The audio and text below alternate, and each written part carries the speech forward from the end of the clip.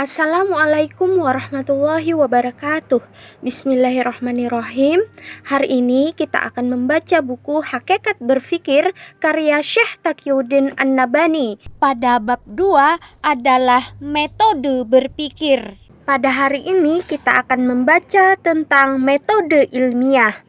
Metode rasional tersebut, baik didefinisikan dengan benar atau tidak, merupakan metode yang ditempuh oleh manusia sebagai seorang manusia untuk melangsungkan proses berpikir, menilai sesuatu, atau memahami sesuatu dari segi realitas dan sifatnya.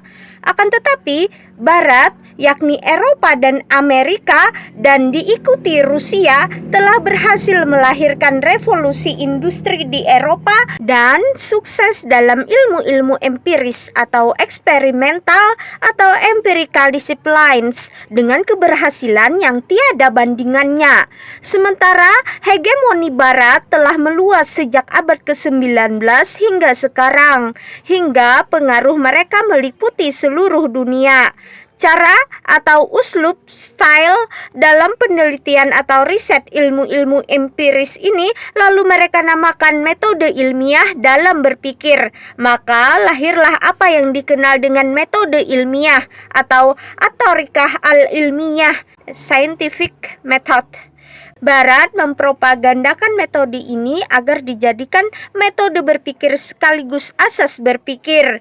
Para pemikir komunis pun lalu mengadopsi metode tersebut dan menerapkannya pada selain ilmu-ilmu eksperimental, sebagaimana mereka menerapkannya pada ilmu-ilmu eksperimental. Para pemikir Eropa tetap menggunakan metode tersebut untuk ilmu-ilmu eksperimental, dan ini diikuti pula oleh para pemikir Amerika. Seluruh penduduk bumi pun lalu mengikuti langkah mereka sebagai akibat pengaruh dan hegemoni Barat dan Uni Soviet.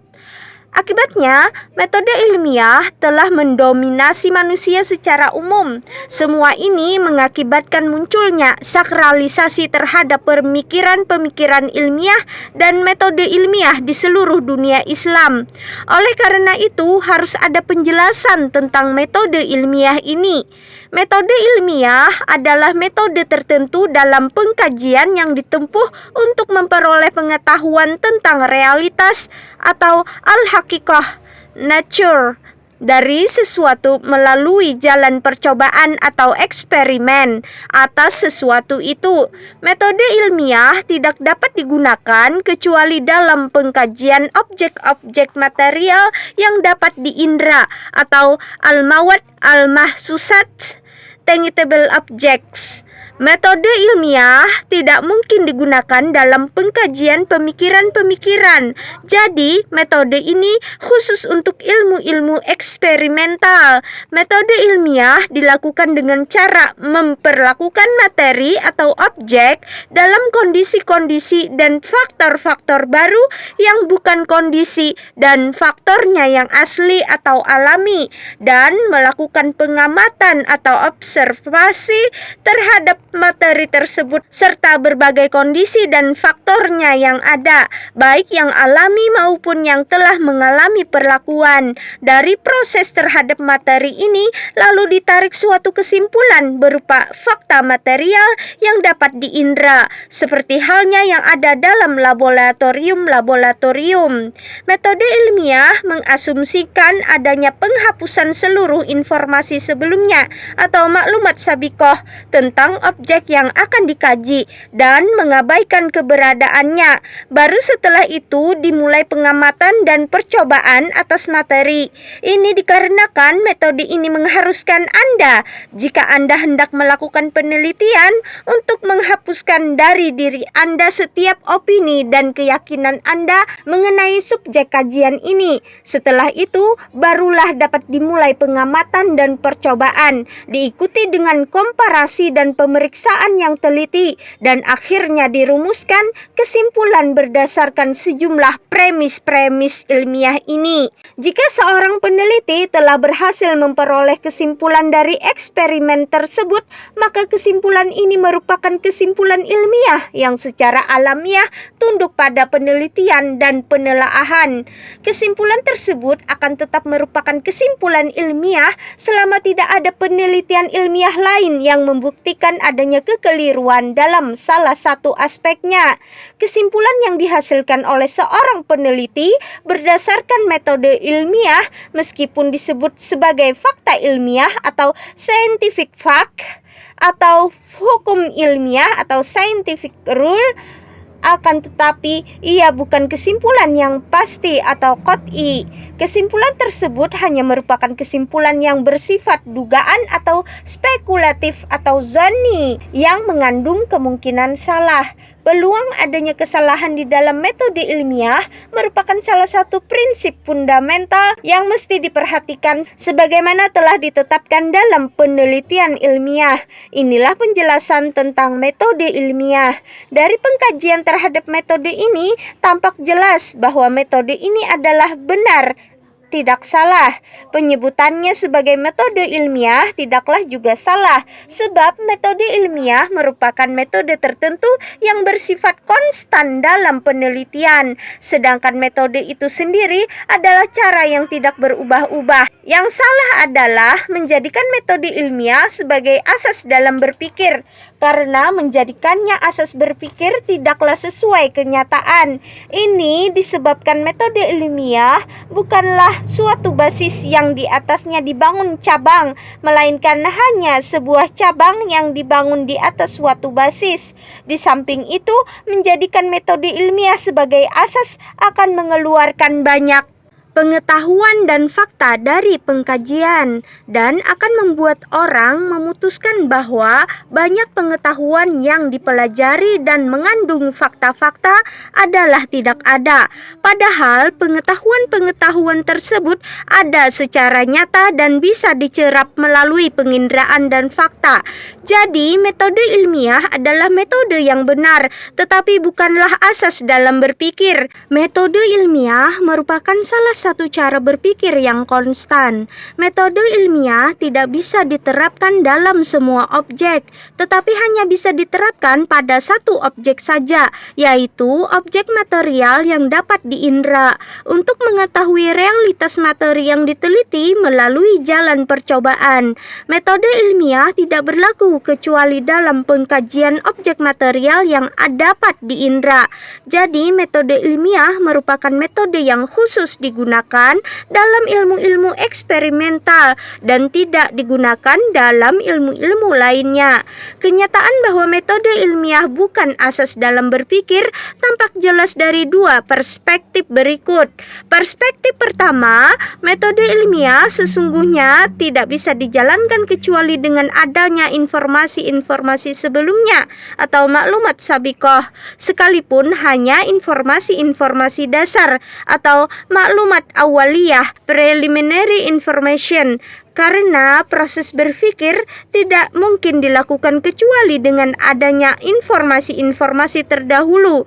Seorang ilmuwan atau saintis dalam ilmu kimia, fisika, ataupun ilmu alam lainnya dalam laboratorium tidak mungkin menjalankan metode ilmiah walaupun sekejap, kecuali jika dia memiliki sejumlah informasi yang telah ada sebelumnya. Klaim mereka bahwa metode ilmiah mengasumsikan peniadaan informasi-informasi terdahulu, sebenarnya yang mereka maksudkan adalah peniadaan opini-opini terdahulu atau al-ara' as-sabiqah, previous opinions, bukan informasi-informasi terdahulu. Artinya, metode ilmiah mengharuskan seorang peneliti ketika hendak melakukan penelitian untuk mengeliminasi dari dirinya setiap opini dan keyakinan terdahulu yang berkaitan dengan subjek penelitian. Ia kemudian memulai pengamatan dan percobaan, melakukan komparasi dan pemeriksaan yang teliti, dan akhirnya mengambil kesimpulan atas dasar sejumlah premis ilmiah ini. Meskipun metode ilmiah faktanya identik dengan pengamatan atau observasi, percobaan atau eksperimen, dan penarikan kesimpulan atau inferensi, tetapi di dalamnya harus ada informasi-informasi terdahulu. Informasi-informasi tersebut tidak diperoleh dari pengamatan dan percobaan, tetapi diperoleh dari proses pemindahan penginderaan terhadap fakta melalui panca indera. Ini dikarenakan informasi-informasi dasar bagi sebuah penelitian ilmiah awal tidak mungkin berupa informasi-informasi yang dihasilkan dari percobaan karena percobaannya sendiri belum dilakukan. Dengan demikian, informasi tersebut mesti dihasilkan melalui jalan pemindahan penginderaan terhadap fakta melalui panca indera ke dalam otak. Dengan kata lain, informasi-informasi dasar tersebut harus datang melalui metode rasional. Oleh karena itu, metode ilmiah tidak bisa dijadikan asas berpikir. Metode rasional lah yang menjadi asas berpikir, sedang metode ilmiah dibangun di atas dasar metode rasional tersebut. Jadi, metode ilmiah merupakan salah satu cabang dari metode rasional, bukan basis bagi metode rasional. Maka dari itu adalah suatu kekeliruan menjadikan metode ilmiah sebagai asas dalam berpikir. Perspektif kedua, metode ilmiah mengharuskan setiap apa yang tidak bisa diraba secara material adalah tidak ada menurut pandangan metode ilmiah. Jika demikian, maka ilmu logika, sejarah, fikih atau hukum, politik, dan pengetahuan lainnya dianggap tidak ada karena tidak bisa diraba dengan tangan dan tidak bisa ditundukkan dalam percobaan. Begitu juga keberadaan Allah, malaikat, dan setan, serta berbagai perkara gaib lainnya.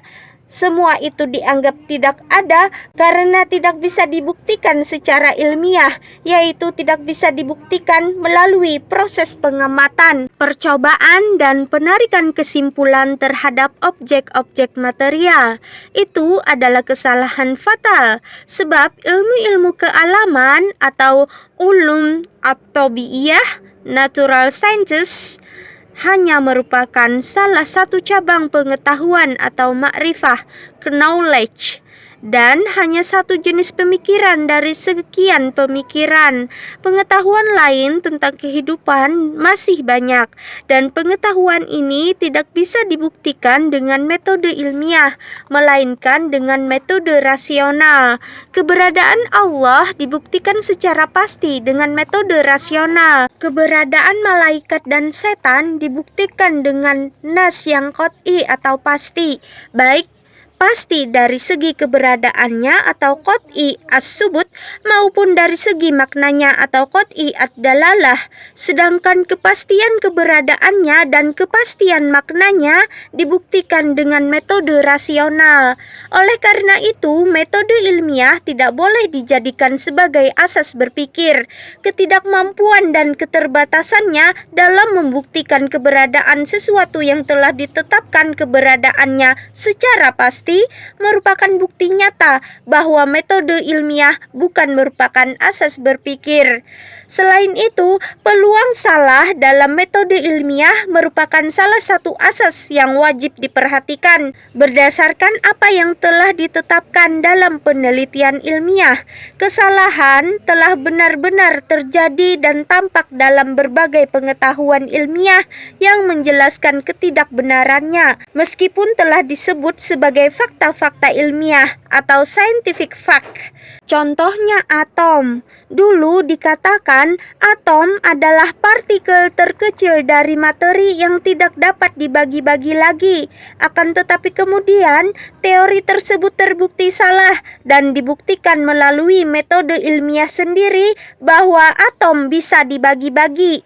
Demikian pula dulu dikatakan materi itu tidak dapat lenyap atau bersifat kekal. Kemudian teori itu terbukti keliru melalui metode ilmiah itu sendiri dan terbukti bahwa materi tidaklah kekal. Demikianlah banyak apa yang disebut sebagai fakta-fakta ilmiah atau haqa'iq ilmiah, scientific facts, dan hukum-hukum ilmiah atau konun ilmi, scientific rule, yang kemudian terbukti keliru melalui metode ilmiah itu sendiri. Terbukti melalui metode ilmiah itu pula bahwa semua kesimpulan tersebut bukanlah fakta-fakta ilmiah dan hukum-hukum ilmiah.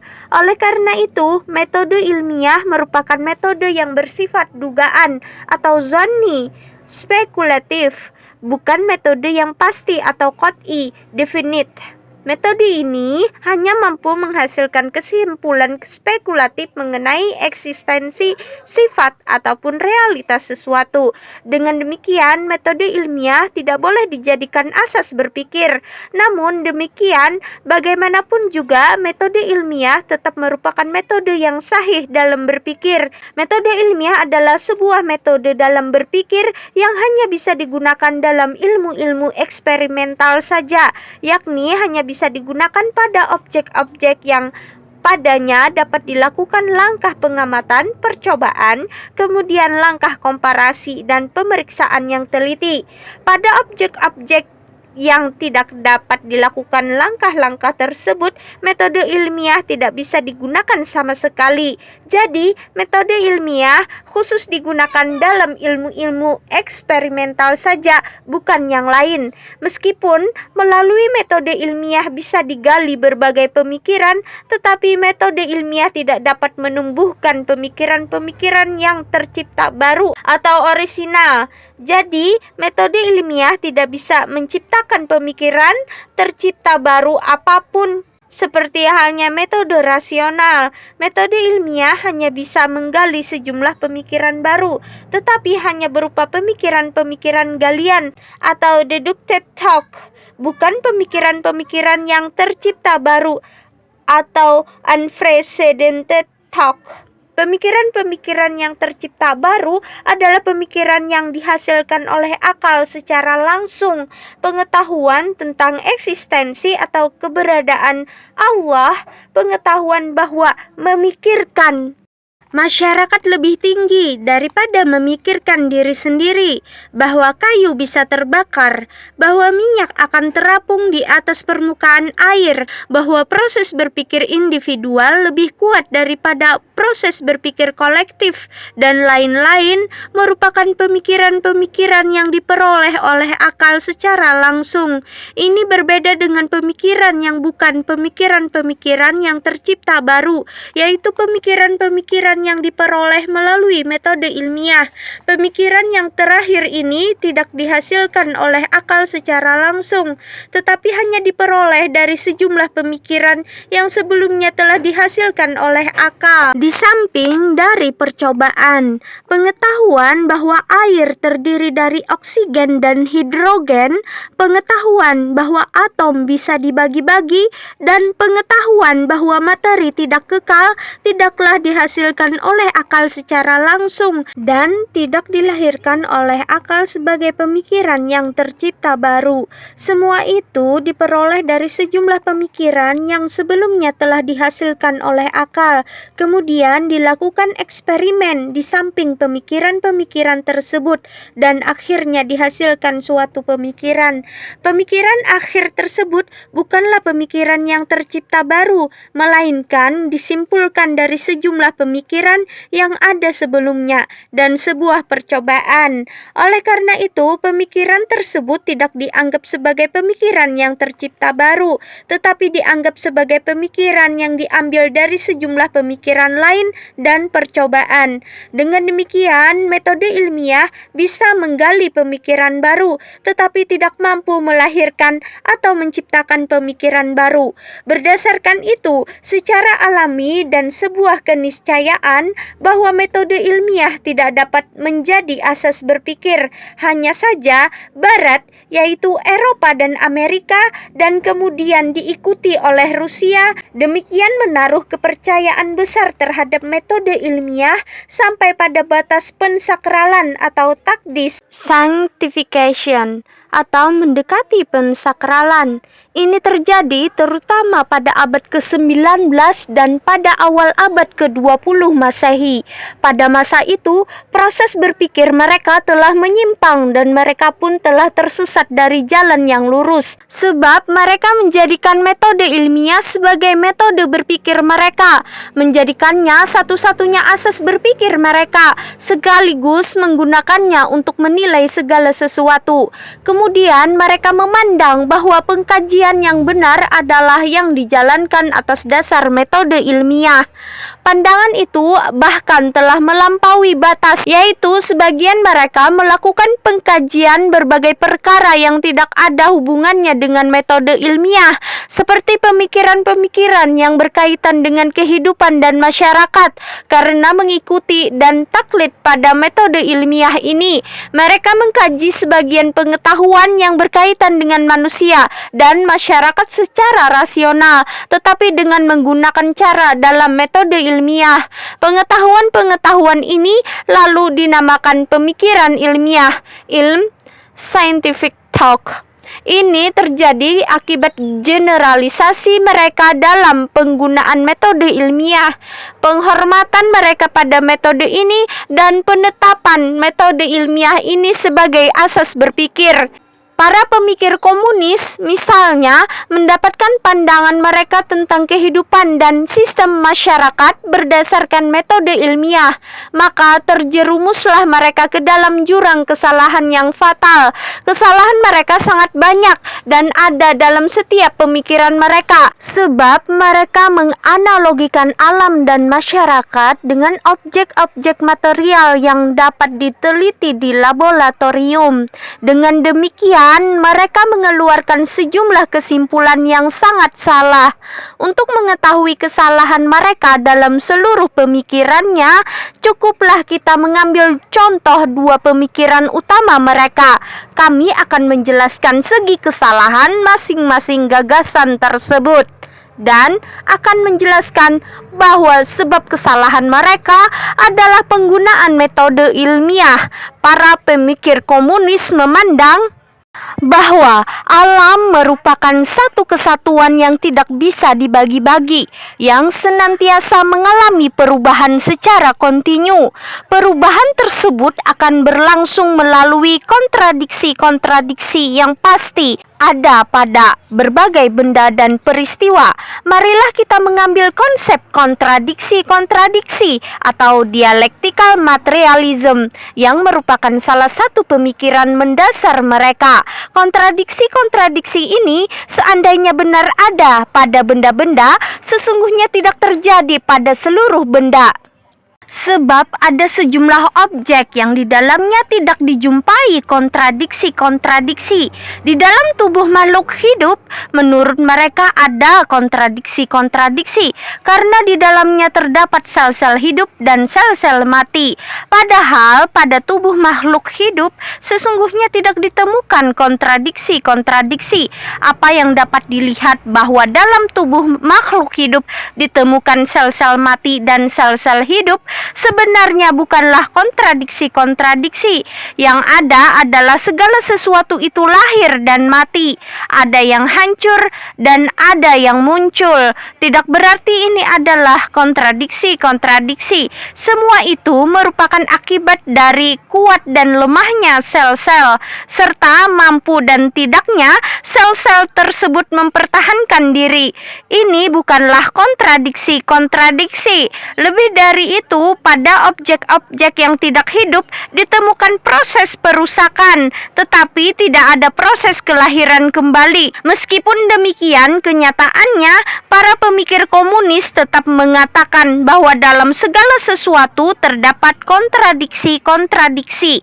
Seandainya pun kita menerima klaim mereka bahwa di dalam berbagai benda selalu ditemukan adanya kontradiksi-kontradiksi, maka proses ini sesungguhnya tidak terjadi pada berbagai peristiwa. Contohnya adalah aktivitas jual beli, sewa menyewa, syirkah, dan yang sejenisnya. Semua itu berlangsung tanpa adanya kontradiksi-kontradiksi. Demikian pula aktivitas sholat, saum, haji, dan sebagainya. Seluruhnya berjalan tanpa melalui proses kontradiksi-kontradiksi. Walhasil, secara pasti pada seluruh fakta di atas tidak ditemukan adanya kontradiksi-kontradiksi. Akan tetapi, karena mereka menempuh metode ilmiah, timbullah kesalahan dalam pandangan mereka, terutama yang menyangkut peristiwa-peristiwa. Di antara akibat kesalahan pandangan mereka adalah adanya keyakinan bahwa dalam seluruh peristiwa akan selalu ditemukan adanya kontradiksi-kontradiksi. Mereka sampai berasumsi bahwa kontradiksi-kontradiksi di Eropa akan terjadi secara pasti.